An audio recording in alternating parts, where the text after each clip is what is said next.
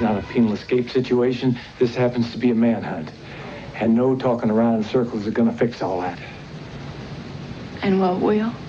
Clint Eastwood directs himself as a Texas Ranger on a manhunt for a tragic outlaw played by Kevin Costner in A Perfect World, one of 5 big new holiday films we'll be reviewing this week on Siskel and Ebert, along with new movies starring such other heavyweights as Robin Williams, Deborah Winger, and Macaulay Culkin. I'm Gene Siskel of the Chicago Tribune. And I'm Roger Ebert of the Chicago Sun-Times. Our first movie is A Perfect World, and this is the first movie directed by Clint Eastwood since he won the Academy Award for Unforgiven.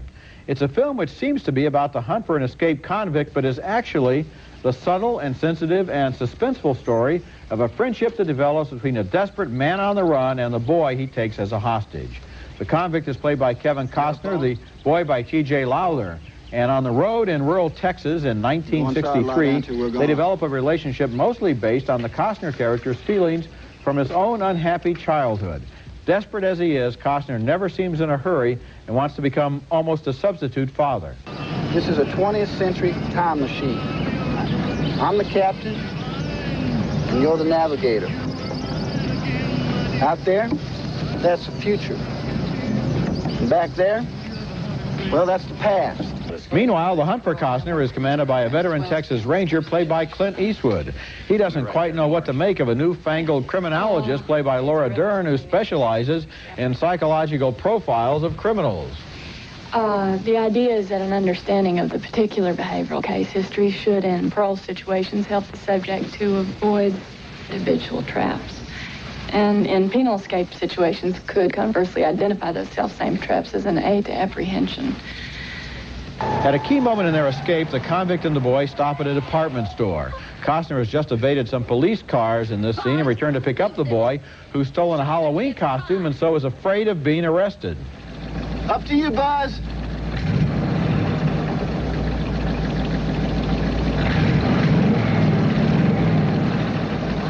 You never got away with it, you little mister. You ain't so friendly. The movie has an evocative and haunting feel for life on the road, as in this scene where the fugitives stop at a roadside diner and the waitress, played by Linda Hart, makes an unmistakable overture to the man. Well, his biological mother is alive. Gave him up for adoption to me and my wife. My dead wife, that is. She was Phil, Buzz's stepmother. So she's his mom. Was his mom. Stepmom. But she's dead. I'm so sorry. And the name of that diner, by the way, I can't resist this, was Dottie's Squat and Gobble, which I thought was just about the best restaurant name in movie history.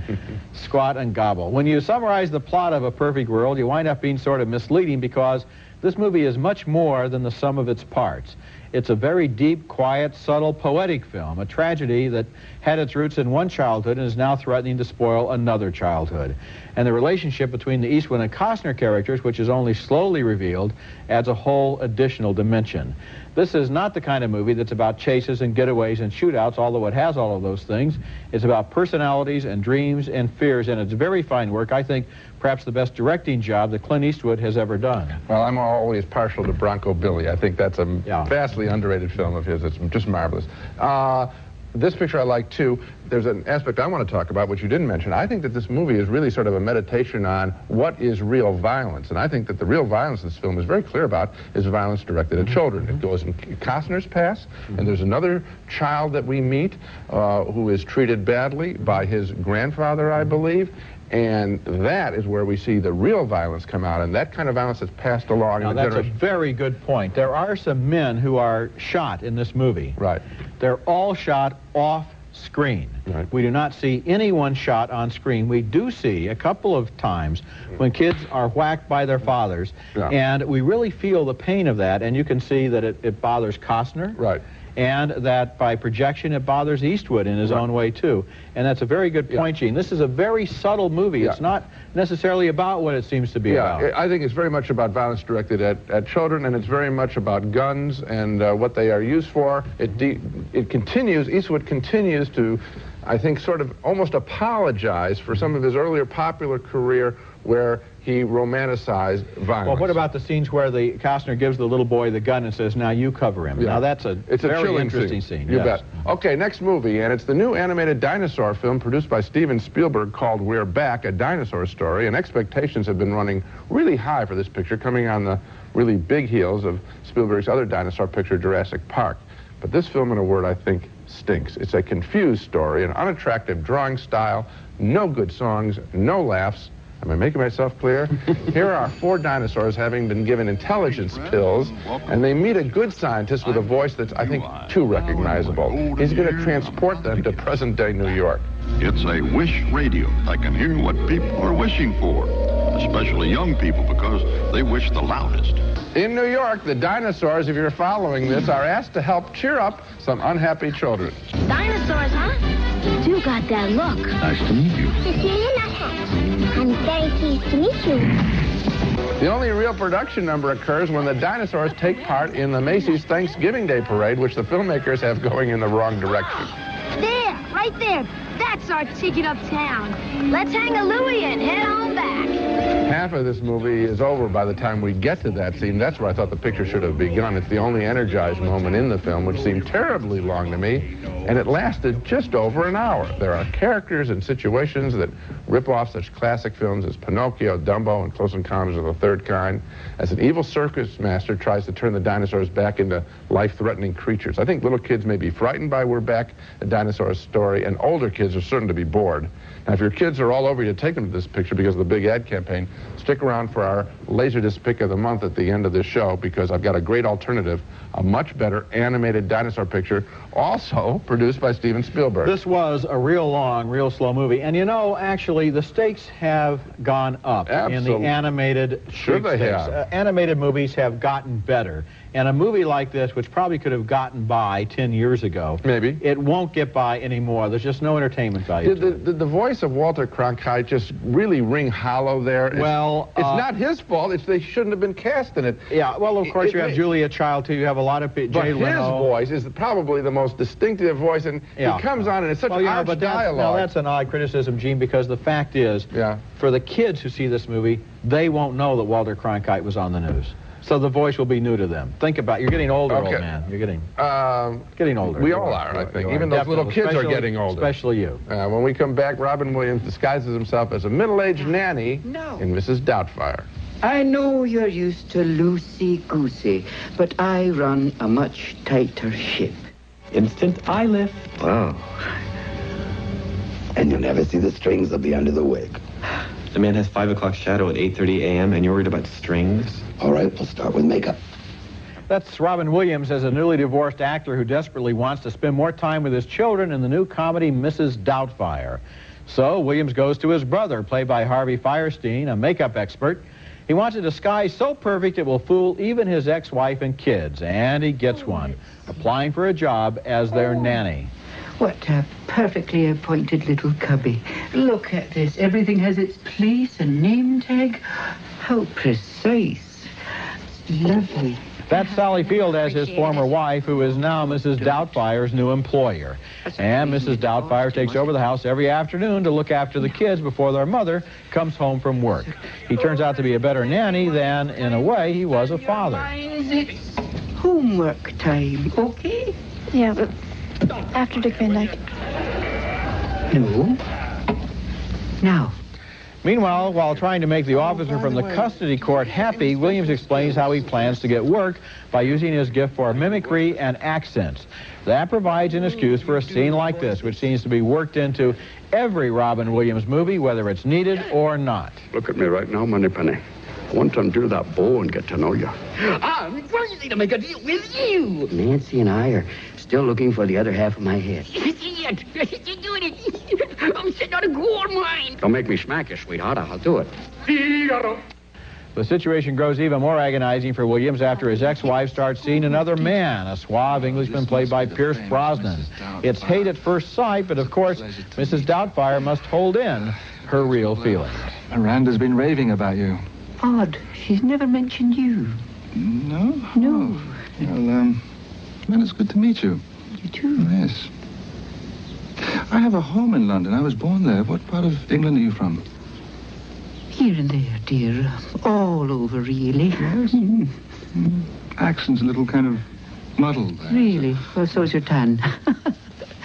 Mrs. Doubtfire is funny at times, but not that funny, and I guess it's supposed to be sort of moving, too, that a father would go through such an effort for his children, but somehow I never saw a father there. I only saw Robin Williams in a role that was tailor-made to exploit his talent for impersonation without ever really using his talent as an actor. Well, I enjoyed this film a lot, Roger, and I think that the problem maybe for some people, they're going to compare this against Tootsie. Oh, yeah. And Tootsie is a classic, great American film. This is not in that league, but I think there's some sequences that are, and I'm particularly talking about scenes that you didn't get the chance to show, and that is a scene where Robin Williams has to run in the restaurant. This is a long chunk of the film. Yeah, and it didn't work. Oh, my God, I think that is classic farce. It never took off. And he has to play Mrs. Doubtfire in one part of the restaurant with his wife and kids. Yes. Then he has to play the struggling actor trying to get a job on his TV station with his boss. And the running before, I tell you, there was genuine tension developed. That scene was set up as a kind of screwball classic scene, and I think it is. Never paid off on that level. I think that is wonderful. They just couldn't get it to work. I thought that was wonderful, and I think that there are tender moments in the film, too.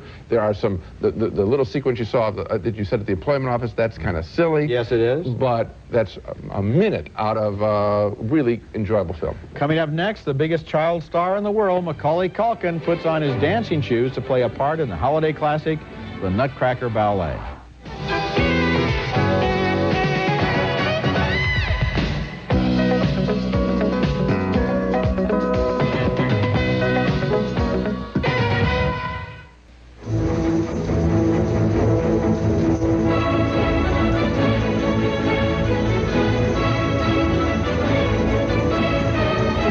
And that's Macaulay Culkin, of course, and choreographer George Balanchine's The Nutcracker, featuring members of the New York City Ballet.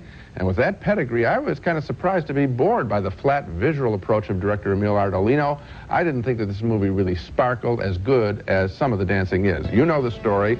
As a little girl on Christmas Eve sees her magical uncle's Nutcracker come to life, here in the form of Macaulay Culkin.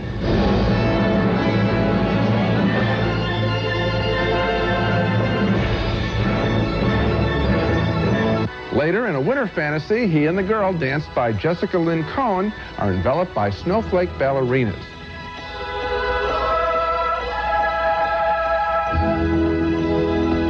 And then the girl and the Nutcracker Prince sit and watch an interminable ballet of sweet fantasies danced for them.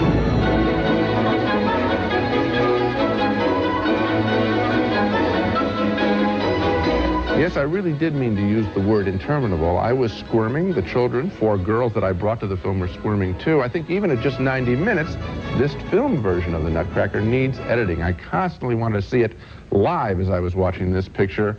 That's not a good comment when you're watching a movie. And it top lines Macaulay Culkin, who has a lot of fans, and they're going to go, and what are they going to see? Not much. They're going to see a little kid in the corner of the screen smiling, and then he sits behind a table and smiles, and some of those shots are so badly lit that you can't even see him way back back there. in the Yeah, background. it's really bad. And he doesn't do anything. No. And as for the dancing, it's all just basically, you know, cut front and on. paste. Yeah, It's front on, but unless you're, you know, I mean, I know some of these ballet members, and they're terrific. Darcy Kistler is a wonderful dancer, but she's photographed in a very flat style, and you say, I would like to see it, I want to be there, I'm not enjoying this picture. You've got it. When we come back, Deborah Winger is trapped in an unwise romance in A Dangerous Woman. Why won't you talk to me? One, you can tell me what's wrong with me. A Dangerous Woman is a movie it's almost impossible to define. Part love story, part social drama, part tenderness, part violence. The movie stars Deborah Winger as a mentally retarded woman who has lived for many years with a relative about the same age, played by Barbara Hershey. One day, an unpredictable scenario is set in motion when an alcoholic drifter turns up at their place looking for work. He's played by Gabriel Byrne. Okay. Thanks. I'll wait. She wouldn't like that. What was she like?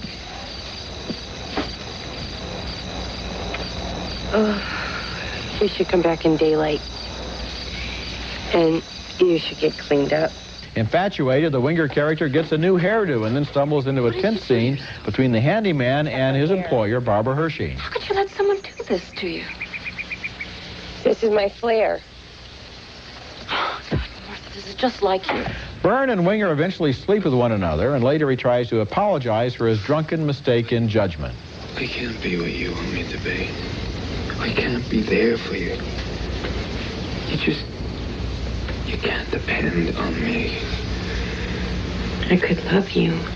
The plot gets more complicated when the Winger character, now pregnant, is accused of murder. Hershey tries to save her. There doesn't even have to be a trial. All you have to do is say that he raped you once before and he was trying to do it again. He didn't rape me. That never happened. Well, made love to you then. Look, somebody did. You're going to have a baby. You don't have to lie, Martha. I don't lie. The plot of A Dangerous Woman is so convoluted it's hard to really get with the flow, but the plot is not the most important thing about this movie. What I liked above all was Deborah Winger's performance as Martha, who's stubbornly honest and always does the best she can. I found myself looking at the detail in the performance, the way her eyes, for example, would study someone's face while they were talking, and the matter-of-fact way that she walked. This is very good acting in a movie that has a lot of effective moments despite its somewhat overwrought plot. I've had the same kind of reaction to the picture. She does a wonderful job. This is a film that's sort of being touted as her candidacy, Deborah Winger's candidacy for an Oscar, along the kind of Rain Man, kind of Dustin Hoffman quality of the mentally trouble-filled person. But I want to say that Barbara Hershey, in her own way, I think does this as an interesting job. Not as flashy a character, but here's a woman who's obviously unhappy, and she's reaching out for all kinds of men. And that story of who's the more dangerous woman is a comment on the title. I think the point of the title, and it's two good performances inside this picture, and I think they're worth seeing. Well, you know, for that matter, let's go all the way with Gabriel Byrne, too, who has a very difficult role to play here because he sometimes does the wrong thing and knows he's doing the wrong thing and can't stop himself, and then he feels bad. Yes, it's three good performances. Okay. There we go. Coming up next, a much better animated dinosaur picture for you and your kids to enjoy, much better than the just released and badly reviewed We're Back. The Siskel and Ebert Laserdisc Pick of the Month is brought to you by Pioneer Home Theater. You don't just watch it. Now it's time for our Laserdisc Pick of the Month. And earlier in the show, I acknowledged that it might be difficult to hold off your kids who might be salivating to see We're Back, a dinosaur story. Well, here's the way to do it. Tell them old Uncle Gene has a better animated dinosaur film for them to see. It's called The Land Before Time, and it was produced by the very same man, Steven Spielberg, also responsible for We're Back. But look at these magical scenes that really capture the majesty of a dinosaur. A tree star. It is very special, and it'll help you grow strong. The story involves a baby brontosaurus meeting up with 4 other young dinosaurs and having adventures with them. He'll eat us! He'll eat us! Run! We're back!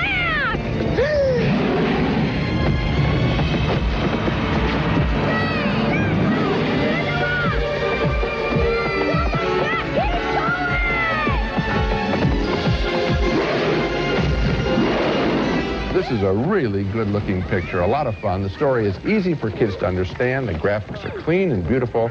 The Land Before Time, also available on tape, is our Laserdisc Pick of the Month.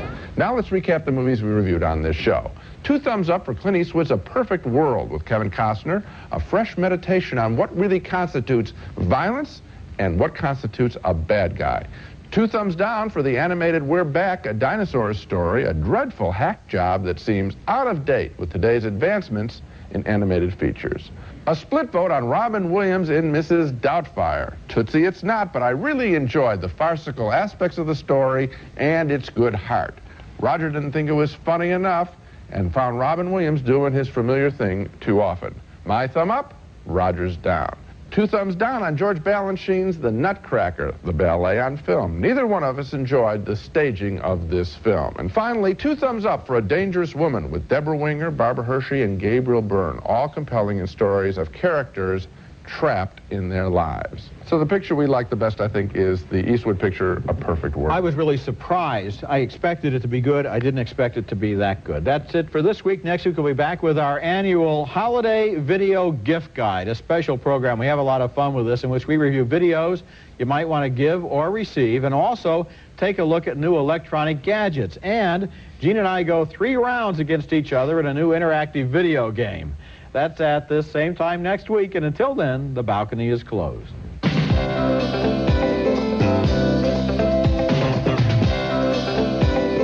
It's America's favorite jelly bean, Jelly Belly, now in new 20 and 40 flavor gift boxes. The original gourmet jelly bean, Jelly Belly. Fashion Bug for the latest in junior, Mrs. Plus, even girls and men's fashions. 1,200 stores coast to coast. Fashion Bug fits your life. St. Ives Swiss Formula Collagen Elastin Lotion. Made to work in the harsh Swiss Alps, St. Ives Swiss Formula relieves dry skin instantly, naturally. The new Remington Triple Foil, the only shaver with 3 narrow micro screens. If you can grow it, we can shave it. Remington Triple Foil. Do men have it easier than women? Or do females have the advantages in life? Find out when husbands and wives trade places Monday at 3 on Maury Povich here on WJAR Channel 10.